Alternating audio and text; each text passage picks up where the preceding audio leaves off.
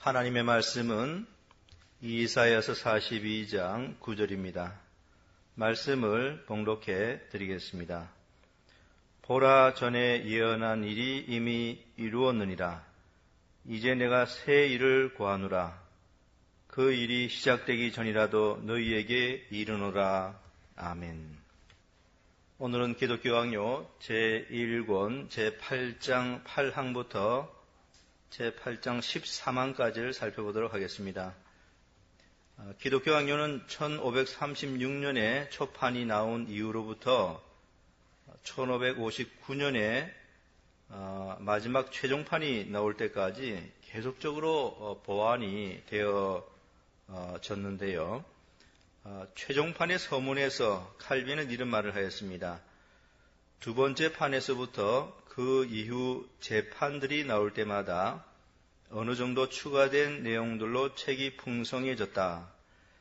내가 과거에 행한 작업들에 대해서 후회하지는 않지만 나는 지금 1559년의 최종판의 배열 순서에 이르기까지 결코 만족할 수 없었다.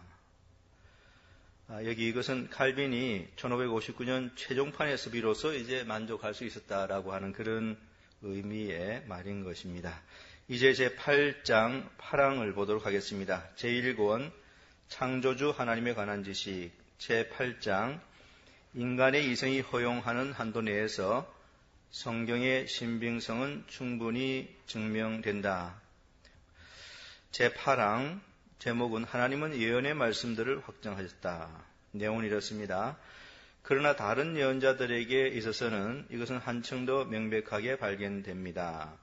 나는 여기서 단지 몇 가지의 신뢰만을 들고자 합니다. 왜냐하면 전체의 신뢰를 든다는 것은 너무 고된 일이기 때문입니다.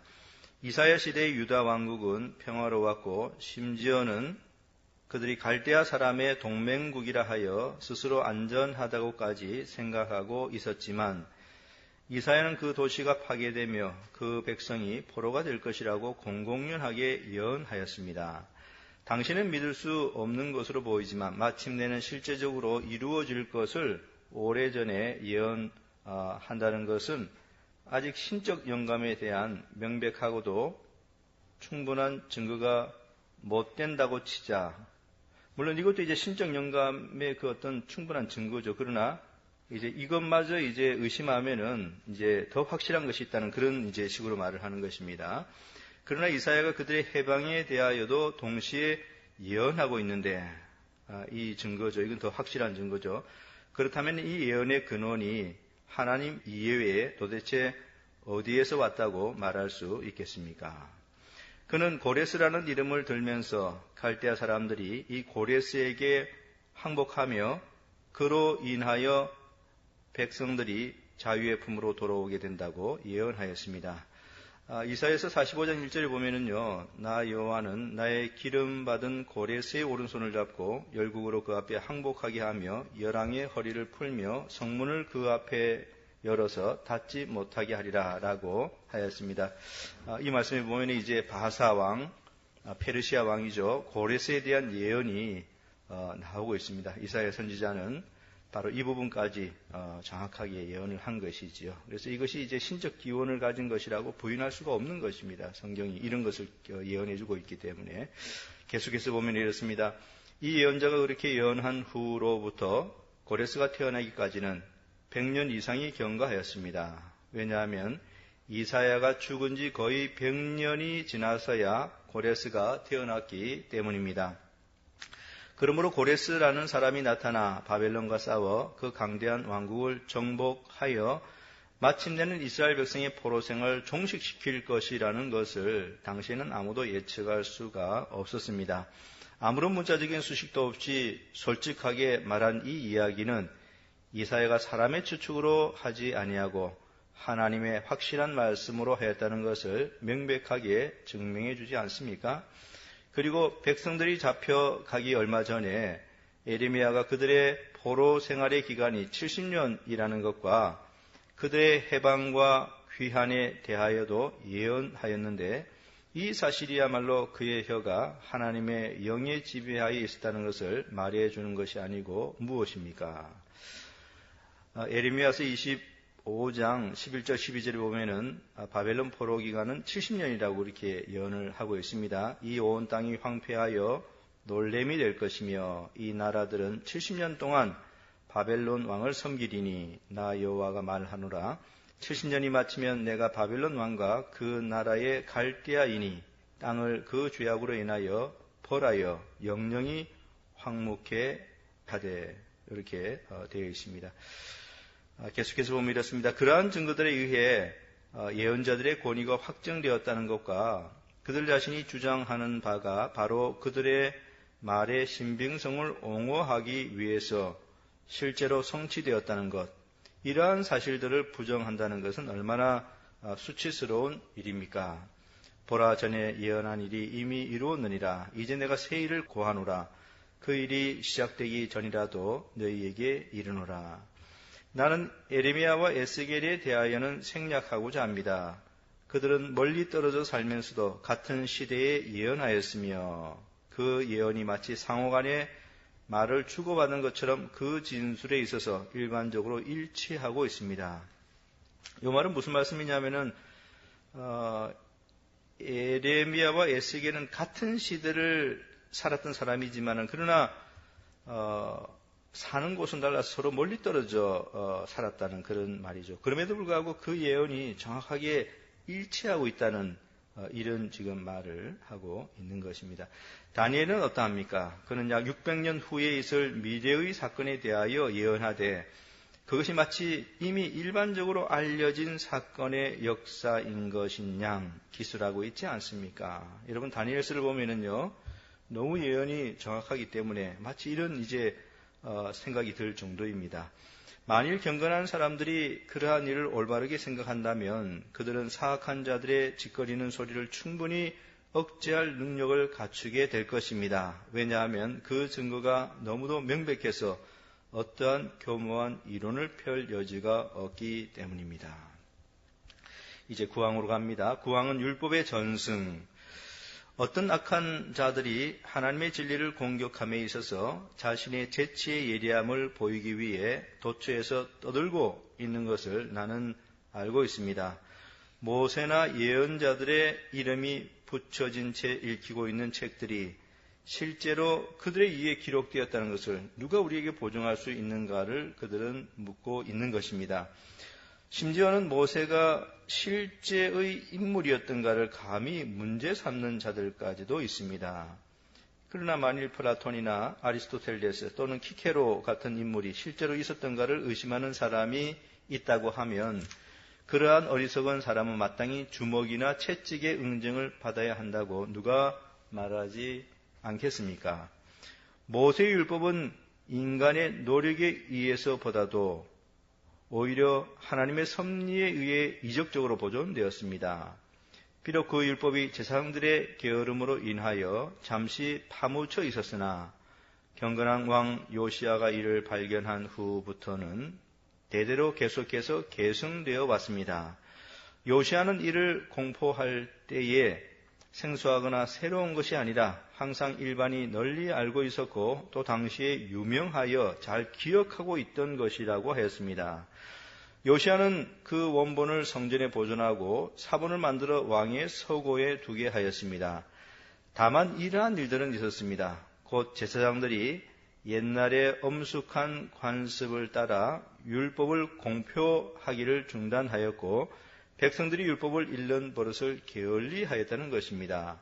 율법의 권위가 확인되지 않은 때나 그것이 일신되지 않은 시대가 거의 없었다는 것은 무슨 이유입니까? 다윗의 시설을 읽은 사람들이 시편을 말합니다. 모세를 알지 못했겠습니까? 그러나 이 모든 거룩한 저자들에 대하여 총괄적으로 말한다면 그들의 저작은 오직 한 길을 통하여 그 손에서 손으로 그 후손에게 전승되었다는 것은 절대적으로 확실합니다. 어떤 이들은 그들의 말을 직접 들었으며 또 어떤 이들은 들은 말을 생생하게 기억하고 있는 사람들로부터 그 말을 듣고 배우기도 하였던 것입니다. 지금까지 여기서 쭉 이야기했던 것은요, 모세의 율법의 전수 과정에 있어서의 신빙성에 대해서 그렇게 이제 말을 한 것이고요. 또 플라톤이나 아리스토텔레스 그리고 키게로 같은 인물이 실제로 존재했는지를 의심하는 사람은 아무도 없다는 그런 말이죠. 누가 그런 것을 의심할 수 있겠습니까? 그런데 모세를 의심한다면 그 얼마나 우스운 일인가 하는 그런 이제 말인 것이죠. 모세 율법책은 하나님의 섭리에 의해서 그 내용 그대로 조금도 변경됨이 없이 지금까지 보존되어 온 것을 이제 여기서 말을 한 것입니다. 10항으로 넘어가겠습니다. 하나님께서는 율법과 예언자를 이적적으로 보존하셨다. 마카비가의 역사에 있는 어떤 구조를 가지고 성경의 진정성을 손상시키려는 자들이 있습니다. 그러나 그것은 오히려 그 진정성을 확립하기 위하여 지금까지 생각하여 오던 중에 더 이상 바랄 것 없는 적절한 것입니다. 여기 무슨 말씀이냐면요. 성경의 진정성을 손상시키기 위하여 이제 비난하는 자들이 예로 드는 그런 것들이 오히려 성경의 신빙성을 확정시켜주는 그런 것이라는 말입니다. 그러니까 반대자들이 이래서 성경은 믿을 수 없다라고 이렇게 이제 이야기하는 그 신뢰가 도리어 성경의 신빙성을 확정시켜주는 그런 신뢰가 된다는 그런 말입니다. 그리고 여기 마카비가의 역사라는 그런 말이 나왔는데요. 이 마카비 시대를 이제 이야기를 하고 있습니다. 이것은 구약과 신약의 중간 시대를 말하는 것이고요. 그러니까 구약과 신약의 중간에 있던 유대 그 역사 시대를 마카비가의 역사라 그렇게 말을 합니다. 그래서 구약의 말라기와 신약의 마태복음의 중간 기간인데요. 한 400년 정도 되지요. 그래서 이 400년 기간 안에 마카비 시대가 있습니다. 그러나 우리는 먼저 그들의 거짓된 주장을 깨끗이 일소해버리고 다음으로 그들이 우리를 향해 설치한 공격 무기로 그들을 역습할 것입니다. 그들이 공격하려고 하는 그 무기를 가지고 오히려 그들을 이제 반격한다는 그런 말인 것이죠. 그들은 안티오쿠스가 모든 책을 불태우라고 명하였는데 지금 우리가 가진 사본들이 도대체 어디서 나왔겠느냐고 말합니다. 여기서 안티오쿠스는 셀루쿠스 왕조의 안티오쿠스 에피파네스 4세를 말합니다. 이 왕은 수리아 지역을 통치하고 있었는데요. 기원전 175년부터 164년까지 통치를 했습니다. 그런데 유대인들이 그로부터 아주 심한 박해를 받았습니다. 안티오코스 에피파네스, 유대인들을 아주 심히 박해한 그런 왕입니다. 계속해서 보겠습니다. 그러나 그 사본들이 어떤 공장에서 그처럼 빨리 위조될 수 있었겠는가라고 나는 반문하고 싶습니다.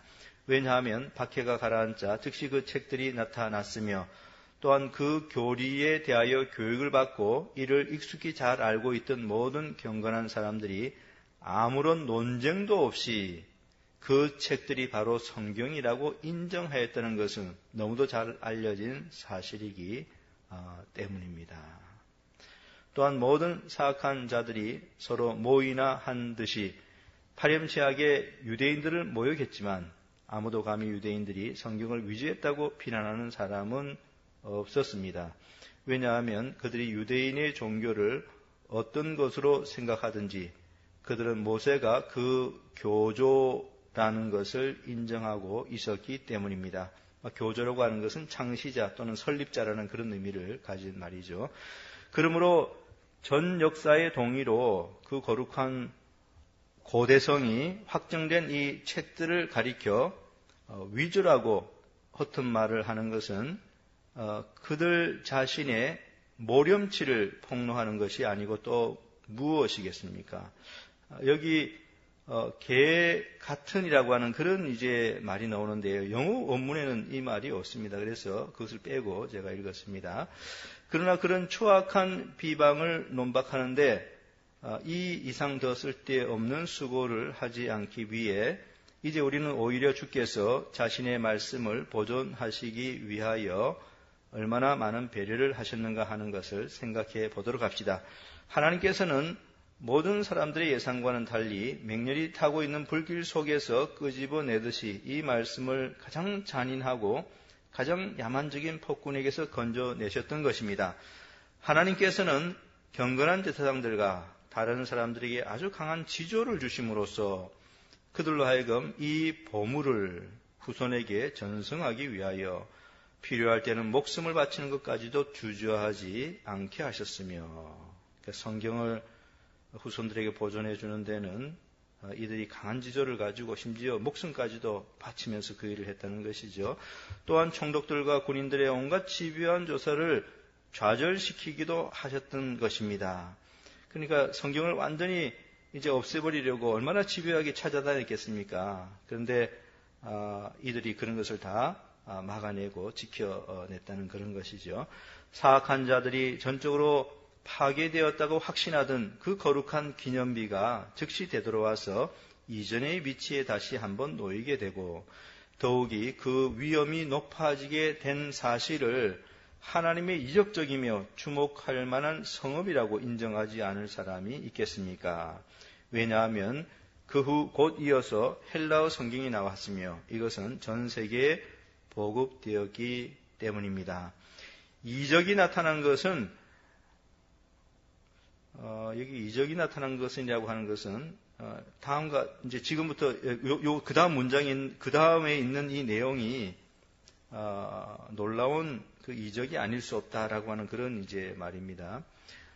이적이 나타난 것은 하나님께서 안티오쿠스의 그 피비린내 나는 포구령 속에서 언약의 서판들을 건져내셨다는 데 있을 뿐만 아니라 유대인들이 거듭되는 재난으로 짓밟힘을 받고 황폐해지며 마침내는 거의 멸절 상태에 이르는 그 속에서도 이 기록들이 본래대로 안전하게 보존되었다는 데 있는 것입니다. 이게 놀라운 이적이죠. 기적인 것입니다. 성경이 그 많은 이 원수들이 없애려고 해도 완전하게 보존되었다는 거 놀라운 일이죠. 당시 히브리어는 멸시를 당하였을 뿐만 아니라 거의 알려지지도 않았었습니다. 하나님께서 그들의 종교를 돌보지 아니하셨더라면 히브리어는 완전히 없어졌을 것입니다. 왜냐하면 유대인들이 포로 생활에서 돌아온 후에 그들이 얼마나 자기네 모국어를 사용하지 않았는가 하는 것은 당시의 예언서들을 보아 알 수 있기 때문입니다. 그러므로 이를 비교해 보는 일은 율법과 예언자들의 고대성을 더욱 명백하게 증명해 주기 때문에 이에 대하여 주의하는 것은 유용한 일입니다. 그리고 율법서와 예언서에 포함되어 있는 구원의 교리, 곧 그리스도께서 때가 되면 오시리라고 하신 그 교리를 하나님께서는 누구를 통하여 보존하셨던가요? 그것은 다름 아닌 그리스도의 최대 숙적인 유대인들, 곧 어거스틴이 기독교회의 서적상이라고 적절히 칭한 바로 그 유대인들을 통해서였습니다. 왜냐하면 그들 자신들에게는 아무 소용도 없는 책을 우리가 읽도록 마련해 주었기 때문입니다. 참 이 말을 보면 대단히 놀라운데요. 그리스도의 가장 큰 원수인 유대인들, 그들이 이제 그리스도가 오실 것이라는 이 예언되어져 있는 구약 성경을 잘 보존해 주었다는 그 사실입니다. 그것이 대단히 놀라운 것이죠. 그래서 어거스틴이 말한 대로 유대인들은 기독교회를 위한 도서관 직원과 같다고 그렇게 말할 수 있겠습니다. 도서관 직원은 그 도서관에 앉아서 책을 읽는 사람은 아니죠. 그 도서관에 많은 책들이 꽂혀 있는데요. 도서관 직원은 그 책들을 앉아서 조용하게 읽는 사람이 아니고 다른 사람이 그 책을 읽으려고 할 때 도움을 주는 그런 사람입니다. 그래서 어거스틴이 잘 말하기를 유대인들이 우리 기독교회에 있는 우리 그리스도인들에게 바로 그 역할을 이제 해 주었다라는 것입니다. 구약 성경을 잘 보존을 해준 그 유대인들, 바로 기독교회의 서적상들인 것이지요. 11항 신약 성경의 단순성과 천적 특성 및 그 권위. 다음으로 신약 성경으로 넘어오게 되면 그 진리가 얼마나 튼튼한 지주로 유지되어 있는가를 알게 됩니다. 세 사람의 복음서 저자는 그들의 역사를 낮고 평범한 문체로 기술하였습니다. 따라서 많은 거만한 사람들은 그 문체의 단순함을 몹시 경멸합니다. 왜냐하면 그들은 그 교리의 중심점에 주의를 기울이지 않기 때문입니다. 여기서 주의하기만 한다면 복음서 저자들이 인간의 능력을 초월하는 하늘나라의 신비를 논하고 있음을 쉽게 결론 지을 수 있을 것입니다. 진정 조금이라도 겸손한 마음을 가진 사람이라면 누가복음 제1장을 읽는 것만으로도 부끄러움을 느끼게 될 것입니다. 새 복음서의 저자들이 간단하게 요약한 그리스도의 강화는 그들의 저작을 어느 누구도 멸시하지 못하게 합니다. 그러나 요한은 위험 있게 책망하면서 믿음으로 순종하지 않는 자들의 그 완고함을 벼락치듯 강하게 꾸짖습니다. 그들 자신과 다른 사람의 마음에서 성경에 대한 일체의 존경심을 몰아내는 것을 최대의 욕망으로, 영어 원문에는 욕망이 이제 즐거움으로라고 되어 있습니다. 최대의 즐거움으로 삼고 있는 저 모든 트집장이들을 공중 앞에 나오게 합시다. 그리고 그들로 하여금 요한복음을 읽게 합시다. 그리하면 그들은 원하건 원하지 않건 적어도 그들의 둔한 마음을 각성시켜줄 무수한 말씀들, 아니 그들의 조롱을 억제하도록 그 양심의 무서운 낙인을 찍어줄 무수한 말씀들을 발견하게 될 것입니다. 여기서 칼빈은 이런 비난자들의 양심을 달군 쇠로 태워서 그들이 하는 조롱을 이제 사라지게 할 1000개나 되는 말씀이 요한복음에 있다. 지금 이렇게 이 영어 원문에서 이야기를 하고 있습니다. 1000개나 되는 말씀이 요한복음에 있다. 바울과 베드로도 그와 같은 방법을 쓰고 있습니다. 비록 대부분의 사람들이 그들의 저작에 대하여 알지 못하고 있지만 그러나 그 속에 내재하는 천적인 위험은 모든 사람의 마음을 매료하여 완전히 사로잡아 버립니다. 그러나 이 한 가지 사실만으로도 그들의 교리를 이 세상 이상의 것으로 높이기에 충분합니다. 마태는 이전에 책상 앞에 앉아서 자기의 이익을 추구하던 사람이며 베드로와 요한은 고깃배에서 일하던 사람으로 이들은 한결같이 소박하고 무식한 사람들이었습니다. 그러므로 그들이 다른 사람들에게 전할 수 있었던 것은 어느 하나도 이 세상 학교에서 배운 것이 아니었습니다. 바울은 이전에는 용서받을 수 없는 잔인하고 살기가 등등한 원수였으나 이제는 회심하여 새 사람이 되었습니다. 갑작스럽고 뜻하지 않았던 이 변화는 하나님의 강권적인 힘에 의하여 지난날 그가 반대하던 교리를 변호하게 되었다는 것을 보여줍니다. 이들 개들이 여기서 칼빈이 이제 그 성경을 비난하는 자들을 개들이라고 이렇게 표현을 했는데 이것은 빌립보서 3장 2절에 있는 그 말씀입니다. 거기에 보면은 개들을 삼가고 행악하는 자들을 삼가고 손 할례당을 삼가라라고 말을 하였습니다. 이들 개들이 성령께서 사도들 위에 임하셨다는 것을 부인하도록 내어버려 둡시다. 또한 그들이 역사를 불신하도록 놓아둡시다. 그래도 이전에는 일반 대중에게 비천한 자로 멸시를 받던 그들이 갑자기 하늘나라의 신비를 장엄하게 강론하기 시작한 것은 그들이 성령의 가르침을 받았기 때문이라고 사실 그 자체는 소리 높여 부르짖을 것입니다. 이제 그 다음으로 가보시면요. 12항, 13항은 교회의 동의와 순교자들의 충성에 대한 것입니다. 먼저 12항입니다. 성경에 대한 교회의 불변적인 증거. 이 외에도 교회의 동의가 왜 중요한가에 대한 또 다른 훌륭한 이유들이 있습니다. 성경이 공포된 이후 장구한 시대를 거쳐 사람들은 확고하게 또한 한결같이 성경에 순종하였습니다. 사탄은 온갖 교만한 방법으로 전 세계와 함께 성경을 억압, 파괴하며 혹은 인간의 기억에서 이를 전적으로 제거, 말살시키고자 노력하여 왔습니다. 그러나 성경은 종려나무와 같아서 점점 더 높이 자라며 공격할 수 없는 것으로 존속하여 온 것입니다. 사실 탁월한 능력을 가진 궤변가나 웅변가 치고 성경을 반대하는데 자신의 힘을 기울이지 않은 사람은 하나도 없었습니다. 그러나 그것은 아무런 소용도 없었습니다. 이와 같은 사실들은 결코 사소한 것으로 생각되어서는 안 됩니다. 세상의 모든 세력들이 성경을 파괴하기 위해 전력을 다하여 스스로를 무장하였으나 그러한 노력은 모두 연기 속으로 사라져 버렸습니다. 만일 성경이 인간의 보호에만 의존했다고 하면 사방으로부터 그 강력한 공격들을 어떻게 막을 수 있었겠습니까? 오히려 이 사실로 말미암아 성경이 하나님으로부터 왔다는 것이 증명되었습니다. 왜냐하면 인간이 모든 노력을 기울여 이에 반항함에도 불구하고 성경은 그 자체의 힘으로 지금까지 널리 보급되었기 때문입니다. 더욱이 성경을 받아들이고 포용하는데 일치하였던 것은 한 국가나 한 국민만이 아니었습니다. 다른 면에서는 전혀 공통점이 없던 지구상의 여러 민족들의 거룩한 일치에 의해서 성경은 그 권위를 인정받았던 것입니다.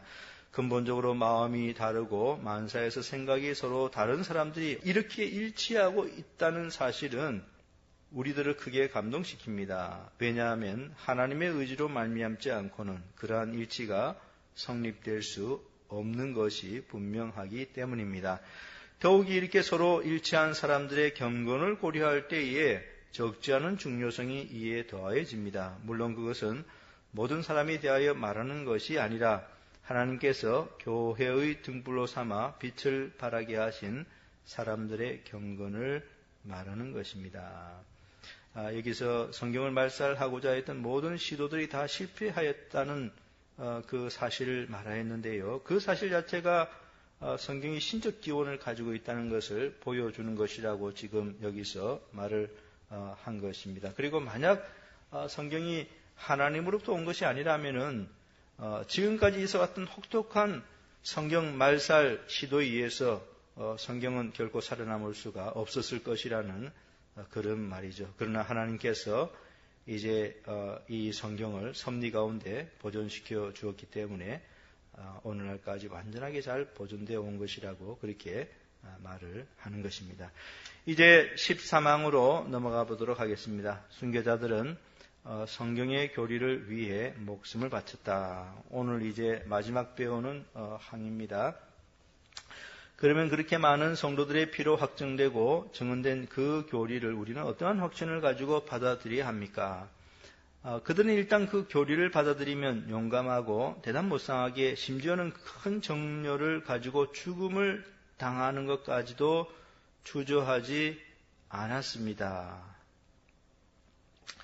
이렇게 많은 보증금을 치르고 우리에게 물려주었는데 우리가 어떻게 이를 견고하고 흔들리지 않는 확신을 가지고 받아들이지 않겠습니까? 그러니까 순교자들이 피해 대가를 치르고 우리들에게 이 성경을 전달해 주었다고 하면은 우리들은 마땅히 흔들리지 않는 큰 확신을 가지고 그것을 받아들여야 한다는 그런 말인 것입니다. 그러므로 성경이 많은 증인들의 피로 인쳐졌다고 하는 것은 성경에 대한 증명으로서는 결코 평범한 것이 아닙니다. 특히 그들이 죽기까지 그들의 신앙을 증거하되 잘못된 정신의 소유자에게서 자주 볼 수 있듯이 이를 지나친 광신으로 하지 않고 하나님께 대한 확고하고 견고하며 건전한 열심을 가지고 그렇게 하였다는 것을 생각할 때 그것은 더욱 명백해집니다. 성경의 위엄과 권위가 경건한 자들의 마음에 확증되었을 뿐 아니라 또한 비방자의 관계에 대항해서도 훌륭하게 변호되었던 것은 소수도 아니며 그렇다고 미약하지도 않은 여러 가지 이유에 의해서였습니다.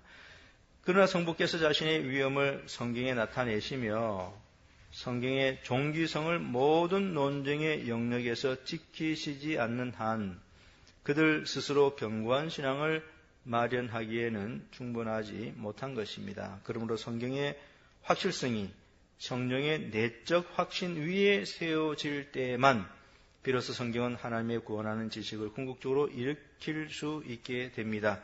실로 성경을 확증하려는 인간적인 증거는 그 주요하고 우선적인 증거에 대하여 제2차적인 보호자의 역할만 한다면 결코 무익하지는 않을 것입니다. 여기 이 말은요, 이제 오늘 13항에 이제 거의 지금까지 했던 말이 거의 이제 결론적인 그런 말인데, 사실은 8장에서 이제 시작하면서 이 말을 이미 했습니다. 그래서 똑같은 말로서 이제 결론을 짓고 있는데요. 그것이 무슨 말이냐면은 성령의 내적 확신이 먼저 있어야 되고 그것이 기초가 되어야 된다 했죠. 그 다음에 이제 인간의 여러 가지 논증들이 제2차적인 도움으로 역할을 감당한다면 그것이 대단히 유익한 그런 것이 될 수 있다는 것이죠. 그렇지 않고 성령의 내적 확신이 없이 그저 인간이 논증으로만 성경의 신빙성을 이제 변호하려고만 한다면은 그것은 별 효과가 없을 것이라는 그런 말인 것입니다. 지금 방금 읽었던 이 부분은 크리스천 다이제스트에서 나온 그 기독교 강요를 보면은요 이렇게 되어 있습니다. 하늘에 계신 아버지께서 성경 속에서 그의 위엄을 드러내시고 그리하여 성경을 높이는 확고한 마음을 주시기 전에는 이 사람들 스스로는 성경에 대해서 그렇게 확고한 믿음을 가질 수가 없는 것이다. 그러므로 오직 성령께서 주시는 내적인 확신에 기초하여 성경의 확실성을 받아들일 때야 비로소 성경이 하나님을 아는 구원 얻는 지식을 주기에 충족하게 되는 것이다. 물론 그렇다 할지라도 성경을 확증하기 위한 인간의 증언들도 전혀 효과가 없다고 할 수는 없을 것이다. 성령께서 주시는 내적 확신이라는 최고의 증거를 따라 보조적인 역할을 하는 제2차적인 증거로서 우리의 연약함을 돕는 데 사용될 수 있는 것이다. 그런 것이죠. 먼저 성령께서 주시는 내적 확신이 있어야 되고 제2차적인 도움으로 인간의 논증이 이제 거기 수반된다면 크게 도움이 될 것이라는 그런 말입니다. 계속해서 이제 마지막 부분을 읽으면 이렇습니다. 그러나 불신자에게 성경이 하나님의 말씀이라고 증거하려는 자들은 매우 어리석은 일을 하고 있는 것입니다. 왜냐하면 믿음이 아니고는 이를 알지 못하기 때문입니다. 그러므로 어거스틴이 경고한 바, 여기 경고한 바라고 되어 있는데요. 이 영어 원문에 보면은 이제 어거스틴이 상기시켜주는 바 이런 뜻으로 되어 있습니다. 어거스틴이 한 말인 것이죠. 그 내용은 이렇습니다. 사람이 그렇게 큰 문제를 이해하기 위해서는 경건과 마음의 평안이 선행되어야 한다. 고 한 것은 올바른 것입니다.